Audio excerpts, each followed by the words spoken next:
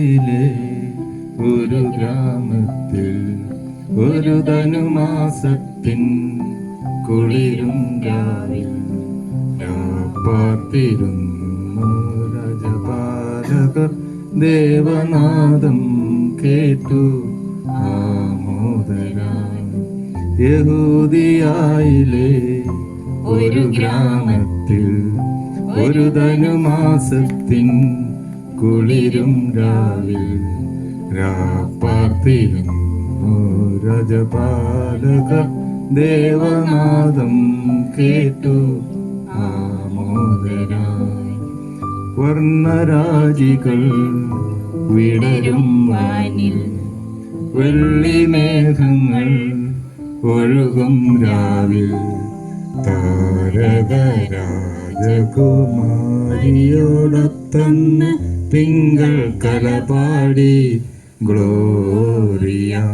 അന്നു തിങ്കൾ കലപാടി ഗ്ലോറിയ.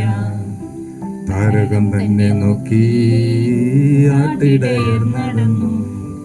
താരകം തന്നെ നോക്കി ആട്ടിടയർ നടന്നു. തേജസ് മുന്നിൽ കണ്ടു അവർ ബദ്രഹേം തന്നിൽ വന്നു. രാജാതിരാജന്റെ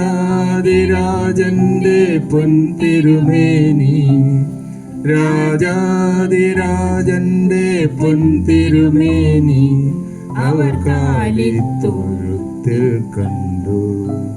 വർണ്ണരാജികൾ വിടരും വാനിൽ വെള്ളിമേഘങ്ങൾ ഒഴുകും രാവിൽ താരകരാജകുമാരിയോടൊത്തന്ന് തിങ്കൾ കലപാടി ഗ്ലോറിയ. അന്നു തിങ്കൾ കലപാടി ഗ്ലോറിയ. ഇന്ന് 24ാം യൂണിറ്റിൻ്റെ ആഘോഷം വളരെ സന്തോഷപൂർവ്വം ഈ ഭവനത്തിൽ നാം കൊണ്ടാടുമ്പോൾ നിങ്ങൾക്കെല്ലാവർക്കും ആശംസകൾ നേരുന്നു. നമ്മുടെ യൂണിറ്റിലുള്ള എല്ലാ കുടുംബങ്ങളെയും ഓർക്കാം. ഇന്ന് നമ്മൾ ഈ ക്രിസ്മസ് ആഘോഷിക്കുന്നത് 25-ാം തീയതിയാണ് നമ്മുടെ ആഘോഷം യഥാർത്ഥത്തിൽ. അപ്പോൾ ഇന്നത്തെ ആഘോഷം എന്ന് പറയുന്നത് ഒരു ഒരുക്കമാണ്. ക്രിസ്മസിന് നമ്മൾ കൂടുതൽ ഈശോയുടെ ആ സ്നേഹാനുഭവം സ്വന്തമാക്കുവാനുള്ള ഒരുക്കമാണ്. നമ്മൾ യൂണിറ്റുള്ള എല്ലാവരും കൂടി ഒരുമിച്ച് ഇന്നിവിടെ ആയിരിക്കുമ്പോൾ ആദ്യം നമ്മൾ ജപമാല ചൊല്ലുന്നു. കൂടി ക്രിസ്തുമസ് ആശംസകൾ സ്നേഹപൂർവ്വം നേരുന്നു. നമുക്ക് പരസ്പരം ഹാപ്പി ക്രിസ്മസ് എന്ന് പറയാം. ഇടത്തും വലത്തുള്ളവർക്ക് സന്തോഷത്തോടെ പുഞ്ചിരിയോടെ ഹാപ്പി ക്രിസ്മസ്. നമ്മൾ ഈ പുൽത്തൊഴുത്തിൻ്റെ മുമ്പിൽ വളരെ മനോഹരമായ പുൽത്തൊഴുത്താണ്. ആരാണ് ഇതിൻ്റെ ശില്പി? പ്രധാനപ്പെട്ട ശില്പി ആരാണ്? എല്ലാവരും കൂടി ഉണ്ടാക്കിയതാണെങ്കിലും ജോസേട്ടനാണ്. ജോസേട്ടന് പ്രത്യേകമായ അഭിനന്ദനങ്ങൾ നേരുന്നു. അപ്പോൾ ഈ മനോഹരമായ പുൽക്കൂട്ടിൽ നമ്മൾ ആരെയൊക്കെയാണ് കാണുന്നതെന്ന് പറയാവോ? നിങ്ങളുടെ സമയം പോയെന്നറിയാം. എന്നാൽ ഇത്രയൊരു നല്ല പ്രോഗ്രാം കണ്ടപ്പം 2 വാക്ക് അഭിനന്ദനം പറഞ്ഞില്ലേ. ഞാനൊരു വാദ്യകാരനാണ്, ഒരു അധ്യാപകനാണ്. ടീച്ചർമാരടക്കം ഇവിടെ വന്ന് സംസ്ഥാന തലത്തിൽ കാർട്ടൂൺ മത്സരം, അങ്ങനെ വിവിധ മേഖലകളിൽ തിളങ്ങുന്ന താരങ്ങളെയൊക്കെ കാണുമ്പോൾ ഈ ചെറിയ 2 വാക്ക് നന്ദി പറയണമെന്ന്, അഭിനന്ദനം പറയണമെന്ന് ആഗ്രഹം.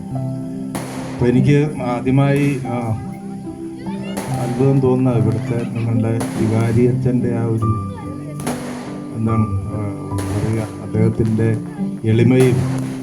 ഇങ്ങനെ ഞാനിപ്പോഴും ഇങ്ങനെ പലപ്പോഴും അത്ഭുതം വിചാരിക്കുന്നുണ്ട്. ഞങ്ങളെയൊക്കെ, ഞാനിവിടെ ആലക്കോടാണ്, കണ്ണൂരാണ്. അപ്പോൾ അവിടെ നമ്മൾ 10,000-ത്തിനടക്കം ഇടവക്കാരുള്ള ഇവിടെ ഞാൻ പ്രധാനം പഠിപ്പിക്കുന്നുണ്ട്. അപ്പോൾ ഞാനൊക്കെ ക്ലാസ്സിലൊരു പിള്ളേരോടൊക്കെ ഒരു പാട്ട് പാടാൻ പറഞ്ഞാൽ അവരുടെ ആ ഒരു എന്താ പറയുക മടി കാണുമ്പോൾ, ഇവിടെ ഒരു 16 കുടുംബങ്ങളേ ഉള്ളൂ അല്ലേ, ഇത്രയും ആ ഒരു ചെറിയ ഏരിയയിൽ ഇത്രയും എന്താണ് മഹത്തരമായിട്ടുള്ള പരിപാടികൾ കാണുമ്പോൾ നിങ്ങളെ ഒരിക്കൽ കൂടി അഭിനന്ദിക്കുകയാണ്. പിന്നെ വല്ലപ്പോഴൊക്കെ ഞാനിങ്ങനെ പെങ്ങളുടെ അടുത്ത് വരും. ഞാൻ വയനാട്ടിലൊരു ചെറിയ റിട്ടയർ ചെയ്തെങ്കിലും സർക്കാരിൻ്റെ ഒരു ചെറിയ സർവീസിലുണ്ട്. അപ്പോൾ വരുമ്പോഴൊക്കെ ഇങ്ങനെ എൻ്റെ കൂടെ ഭാര്യ വരുവാണെങ്കിൽ ഞങ്ങൾ എല്ലാ ദിവസവും രാവിലെ പള്ളിയിൽ പോകാറുണ്ട്. അന്നേരം ഇവർ എല്ലാവരും കൂടെ വരും.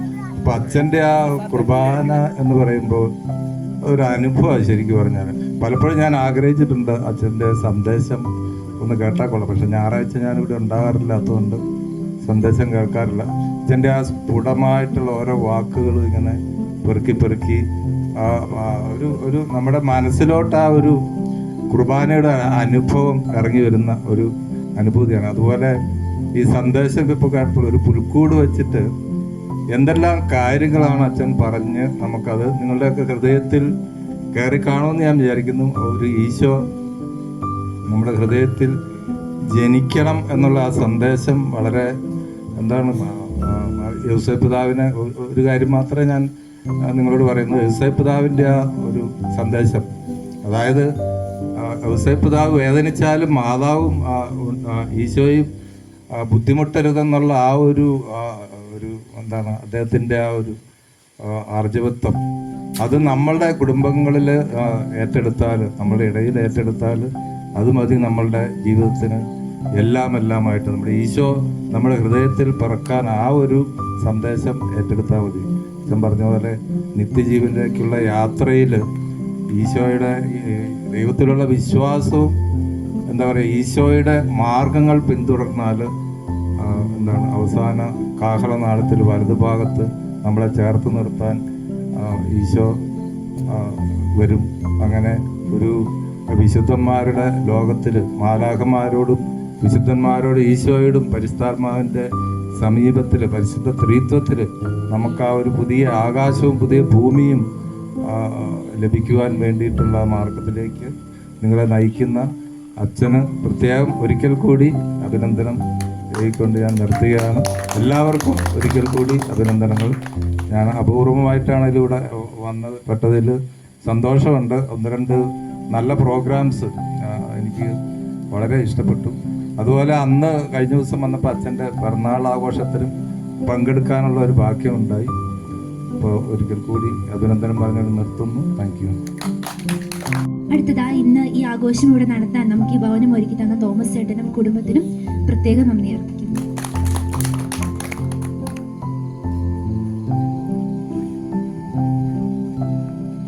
അടുത്തതായി ഇന്ന് കലാപരിപാടികൾ അവതരിപ്പിച്ച എൻ്റെ എല്ലാ പ്രിയ കുട്ടികൾക്കും ഹൃദയത്തിന്റെ ഭാഷയിൽ നന്ദി അർപ്പിക്കുന്നു.